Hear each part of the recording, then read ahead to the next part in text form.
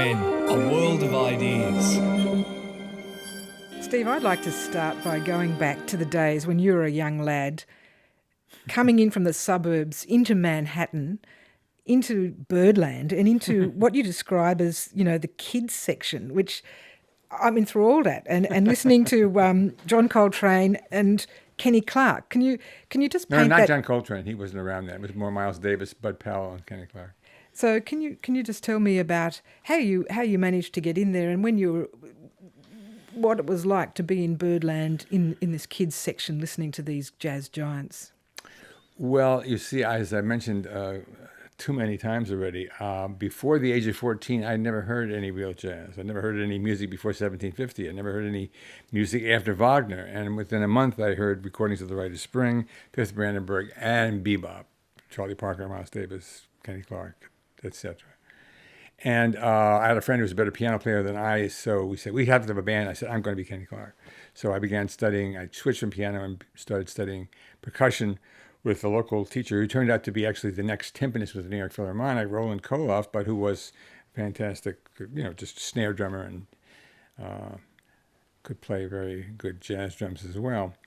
And I wanted to, I heard, in those days you could get a lot of these 10-inch LPs, but I wanted to hear this music live. And it wasn't that long a trip from where I was born and raised in New York City. So, I mean, I'm a city boy. But between 1950 and 53, we were living in Mamaroneck, New York, which is about half an hour out of the city. And it's before I went away to college. And so I would take the train into Grand Central Station, and which was not too long a walk over to 52nd Street and Broadway, where Birdland was located. And they'd walk in, they'd look at me, and they'd say, "What do you want, Shorty?" And I say, "Well, I want to hear Miles." I said, "Okay, well, you have to sit over there. No drinking." It's cool, So money's money. I had to pay, your cover charge just to get in the door. And I just would sit there for hours, Sometimes I come down with my piano player friend. Sometimes I come down myself. And I heard Dizzy Gillespie. I heard Thelonious Monk. I heard Bud Powell, Fats Navarro. A lot of earlier players. And then later Horace Silver and Art Blakey and that whole generation. And I just loved it. I mean, I thought that was it. And it really wasn't until I was at Juilliard much later. We're talking now, originally when it's about 1950, 51. But when I went to Juilliard in 1958, 59, after 4 years at Cornell and finishing high school, that's when I began to listen to John Coltrane many, many, many, many, many times. And that had an enormous, very direct effect on what I did. Did you ever consider becoming a jazz musician? Did you ever want to be a jazz Well, player? at the beginning, I thought, I when I went through college, I made money by playing on the weekends with dance bands. And the high point of my life was playing at the Black Elks. Those were lodges, and there were White Elks and Black Elks. And Black Elks, of course, had better music. And so that was one of the great gigs of my life. But I realized pretty quick that I was not going to become a professional jazz drummer. And I was also listening to a lot of Stravinsky and Bartok and early music, meaning medieval music, and realizing, there were a lot of other ways that I was being drawn. But the fact that there's so much percussion in my music to this day undoubtedly goes back to that. I mean, that's just genetic. Yes, it's obviously one of the huge formative influences. I read somewhere the use of the ride cymbal, and you described it as some sort of mystical, magical... No. I mean, there were two great bebop drummers. One of them was Kenny Clarke, and the other one was Max Roach. I never met Kenny Clarke in my life, but I actually got to know Max Roach. We were both members of the American Academy of Arts and Letters, believe it or not. And he was a great, great, great musician, Max Roach, but he was a virtuoso. I mean, he just, was all over the place. Kenny Clarke was not a virtuoso at all, neither am I, so maybe that's why I liked him. He just he had a very restricted vocabulary. And basically, he played the ride cymbal, and then every once in a while, he'd have these perfectly timed kicks on the bass drum and an accent on the snare. And that really kind of covered the ground. Now, but the quality of the way he played the ride cymbal, which in a sense is kind of like the conveyance on which the entire band is moving. That rhythmic underpinning that sort of... Yeah, but what I mean is you think of it as a vehicle in motion, you know. And this guy's driving. He's driving the vehicle. And his quality of time, the quality of the way he played what is a very standard down, down, da, da, da, da, da, pattern on the ride cymbal was absolutely magic. I mean, it was uniquely him. You could tell, Kenny Clarke. And I held that up as an ideal. I don't think any of the pieces I've written have necessarily that quality, but there is some, I think, unconscious striving for it in drumming, and even more so in music for 18 musicians with the pulse that goes on throughout the whole piece. When you juxtaposed your train journeys as a child across the States with what was happening in Europe at the time in the Holocaust in different trains, you shone a spotlight, I guess, on contemporary issues or, political issues. And then I've read subsequently that you've said that the subject matter ultimately means absolutely nothing outside of its contemporary sort of temporal significance. So I'm interested in that sort of dualism between choosing subject matter or choosing fragments of speech from major political, social issues, and then that temporal nature of the work itself, or the way you describe it. If somebody had come to me and said, "Hey, Steve, you want to do a piece on the Holocaust?" I would have said, "Are you crazy? Yeah, what am I do? Drink the Atlantic Ocean to get started?" But I was working on the first movement of the piece, and what was I doing? I was speaking to my nanny, my nurse, who took care of me when my mother and father were divorced, and she really was the one who was with me, and to Mr. Davis, who was a black Pullman porter at that time, and they were reminiscing about their lives. And I began thinking, well, what years did I ride those trains? 1937, 38, 39, 40. And of course, we all know what was going on in those years. Hitler was trying to take over the world and grabbing any Jew and any Jewish kid my age, and first taking them outside of Munich and eventually taking them off to Eastern Poland. And up the chimney they went, and they weren't having interviews with the Australian Broadcasting Company. So I thought, well, wow, how am I going to deal with that? And then the light bulb went on. I said, I'm going to deal with that the exactly same way I'm dealing with Virginia and Mr. Davis. I have to find survivors talking about their lives. And there are many now archives of survivors of the Shoah, of the Holocaust. And one of them is at Yale. And it's not particularly, the audio quality is pretty funky. It's mostly like probably cassette recorders from Radio Shack in the 1970s. But, that's why you kind of, it's hard to hear some of the second movement, but that's almost good. It's almost good that it's hard to hear. I mean, everybody had amazing stories, but I chose people who had a musical tone of voice. And that's what I was fascinated by, the way that you've honed in on that, the pitch and rhythm of these documentary fragments. Well, that's basically, if you're a composer, you've got to be dealing with that musical aspect. But on the other hand, you're telling, I said a rule in that piece: as they talk, so I write. I'm the faithful scribe. I'm not gonna. You can put them in a computer and you can change the pitch, and I did that in other pieces. But in that piece, I just felt, no, this is the nature of the piece. The ethos of the piece is, as they speak, so I write.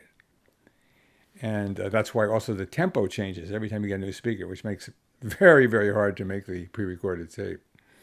But the piece is, I think, ultimately very, very successful. And if it's successful, the reason it's successful is because you're hearing people who are talking about their lives. There's no, fantasy that I'm spinning about the subject matter. I'm, coloring and harmonizing what they have to say. As far as the other point that you brought up, that ultimately subject matter means nothing. That was not a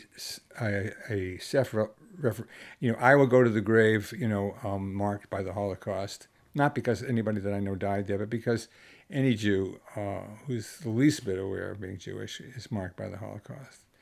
And God forbid that there should be anything like that again. And So I didn't mean that. No, I'll forget about it when I'm old. I mean, I'm 75, and I originally I saw this in movie footage because there was no TV in the 40s, and I saw shots of I remember one. There was a British soldier driving a what we would call a bulldozer, and he had a handkerchief over his nose because it stunk so much, and he's just pushing this pile of bodies. I think they used to put their handkerchiefs in petrol first. I've heard the British soldiers who were filming. Yeah, they'd rather smell the petrol than the bodies. Yeah. Yeah, it was.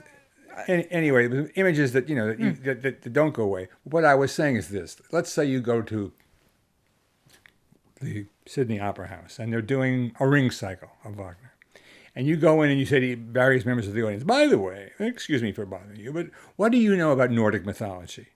Well, a lot of people are going to say, Nordic mythology? Gee, nothing. Or I've heard of Thor, or, who knows what. Well, the subject matter that was absolutely essential to Wagner and his pre-Nazi ideology is basically unknown to people. So why do they keep on going? Because they love the music. Because the music and the opera and the whole thing works. So what I was saying is that different trains, you have to realize, any composer has to realize that no matter what your subject matter is, ultimately, that doesn't mean anything. I mean, when you first heard Bob Dylan, did you understand a word of what he was saying? I think on repeated listenings I did. Yeah, a couple, you get back rye bread, who knows. But what got you was just something about his voice. Just magnetized your ear and pulled you in. That's what music is about. It's about magnetic attraction. And so later, if you're interested, you'll say, Subterranean Homesick Blues, this is what he's saying. Or this is what there's this ring, and it's really about power and a whole complicated story. But that's not what comes first. And that's something that can also go away, and people will still want to hear the music. And that's what I was referring to with any piece that uses text, including different trains.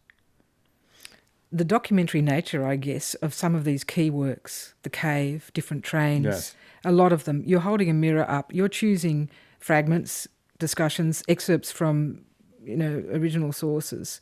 So you are saying to the listeners, I want you to think about this, and I'd like you to talk a little bit around that with The Cave, because it's obviously a highly controversial area in Hebron, exactly where the Ibrahimi Mosque is. You went there, you got different people describing what it means to them, this site, and reading from the Bible. So, in effect, that is you as a highly influential composer saying, listen to these people. So, to me, that's a very political act, even though it may be set as an experimental documentary video. To me, it's a highly no political... experiments. I do my experiments at home. When I'm out in public, it's either you Well, it's been described as the piece has been described as a documentary video. Yes, it is. It's not an opera with a capital O. That's for sure. Yeah. Well, sure. I mean, what you say is true, but again, I don't have any illusions that The Cave is going to change matters in the Middle East. I think there was one performance in Italy where some Jordanian attaché was there. This is at a time when things were pretty good with Jordan, and that his Israeli counterpart was there, and they shook hands, with me. But I mean, that means nothing. The Cave will not do anything of any political consequence. I don't know. I mean, outside of you two going to Africa and raising a lot of money to fight AIDS. Artworks don't affect. I mean, let's take one of the greatest examples. Pablo Picasso is one of the great painters. Maybe you've heard me say this before, and one of his greatest paintings is Guernica. And what infuriated him about Guernica was that, first of all, he was a Spaniard and they were bombing Spaniards, but it was a little town and they were bombing civilians. There was no military value to Guernica. And he thought, why bomb civilians? So he makes this huge painting, which becomes a masterpiece, which is known all over the world. Did he stop aerial bombing of civilians for 1 nanosecond? Forget it. You get Dresden, you get Coventry, you get Hiroshima, you get Nagasaki, you get 9/11, you get people now, fundamentalist Muslims, who want to kill every single, non-combatant they can find. So Pablo Picasso one of the greatest artists of the 20th century. Politically speaking, he's an abject flop. You're obviously, you're passionate about this. Yes. Do you think that music then has failed you? No, because I'm not a politician. What I'm saying is that you have illusions and I don't. That's what I'm saying. I'm saying, wake up. I'm not saying that this piece necessarily has changed anything, but I'm interested in the fact that your work is being heard and seen by a lot of people. And so by choosing these subjects and by having your works performed, you are influencing how people think about current affairs. And I think that's a hard one. I think that they recognize the affairs and they walk away out of the theater with the same views they had when they walked into the theater. I wouldn't flatter myself on changing even some private citizen's view. But I do the works because I am desperately involved in them. They are, when Beryl and I got together to do The Cave, and we didn't know what it was going to be about, and we're married, and we decided we'd go out to a luncheon and have a business meeting. 5 minutes, I looked at her, I said, well, I guess it's The Cave of Mont Blanc. She said, yeah. I said, absolutely. So then we started talking about how to get there. I mean, and yet Hebron is... At that point, this is the piece was premiered in 93. We began work around 1989. I remember during the course of the piece, it was the whole Gulf War, the first Gulf War. And there was a picture in the front page of the New York Times, missiles found at Abraham's birthplace. Because Basra is the modern name for Ur, which is the biblical city that Abraham comes from. Abraham's an Iraqi. He's an Iraqi Jew. He's the first one. And so a lot of people say, oh, you've got to get this piece out now. This fight with Saddam Hussein. I mean, this is one of the most topical thing in the world. We just said, we'll see. It's only the first act. We've got years to go. I think it'll be topical when it comes out. Unfortunately, it'll be topical tomorrow. But it isn't the topicality. It is something which will be remembered because it's a major part of world history. It's not a 30, 40-year-old. Its story is at least 1,400 years old with the birth of Islam, and maybe older than that if you want to go back to Sarah throwing Ishmael and Hagar out. So. Yes, there'll be a memory of the subject matter, but whether the piece will ever be done or not is because people think, hey, it's a great piece. And it won't be done if they think, it's kind of dull. I'd just like to ask you to just talk finally a little more about the way you choose these fragments, of these archival fragments, even going right back to the 60s when It's Gonna Rain and come out, Right. They were hugely influential, extraordinary uses of the voice in that way. Right. Can you just speak a little more about the way you've integrated this element into your compositions? Garbage in, garbage out. Something great in, something great out. In other words, picking a loop, what does that mean? I went down and recorded this black preacher in Union Square in 1964, and he's talking about Noah and the flood. And it's 1964. It's 2 years after the Cuban Missile Crisis, which I was in San Francisco when it went on. You remember what that was, the Cuban Missile Crisis? That's when Khrushchev said, I'm going to send over some nuclear-tipped missiles and I'm going to install them in Cuba. And John F. Kennedy said, if you do that, I'm going to drop hydrogen bombs on Moscow. That's a little worrisome. And as an American, I felt like, the ships are coming. Kennedy's got a blockade around Cuba. The ships are coming. I thought, a lot of us thought, we're going up in nuclear smoke.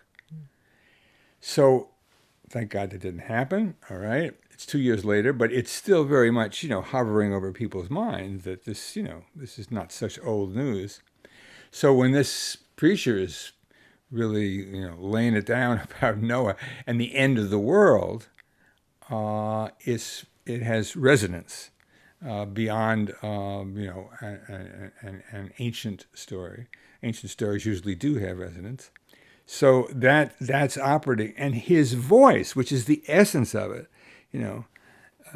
it's gonna rain. He's not talking. Black Pentecostal preaching is between singing and speaking. It's just a genre into itself. So when I got home after recording, I went to the piano and I started to try to write down his notes, and which I didn't actually use specifically, but I just wanted to kind of figure it out.